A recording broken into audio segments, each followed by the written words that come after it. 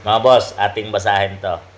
Castro hindi papayag ang militar at PNP na palitan si PBBM ni BP Sara. Pagdasal mo na, Castro, dahil pag si PBBM napalitan ni BP Inday Sara, harvest kayong lahat.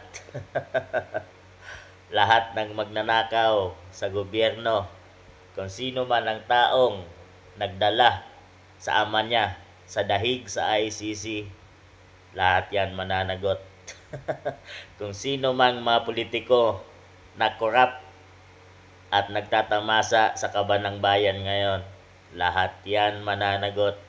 Sino mang mga tiwaling opisyal, lahat yan mananagot. Pag si BP Inday Sara ang nakaupo, mas matinik pa to sa kanyang tatay na si PRRD, mga boss. Yang mga NPA na yan, wawalisin ni BP Inday Sara dyan dahil galit siya dyan sa mga NPA na yan nung siya ay mayor pa ng Davao, mga boss.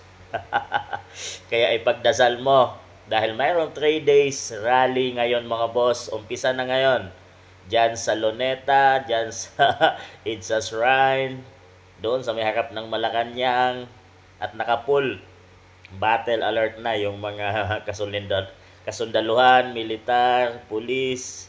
Nakaabang na, siguro natatakot na sila, mga boss, at nakabarigada na yung Malacanang, mga boss. Talagang nakabakod na ng mababuhay. Tiwala at kumpiyansa si Claire Castro na hindi papayag ang mga militar at hindi sila sasang-ayon na palitan si PBBM. Pagdasal nyo yan dahil malalagot ang lahat pag si BP Inday na ang nakaupo bilang presidente ng Pilipinas. Yan ang panalangin ni Claire Castro, mga boss.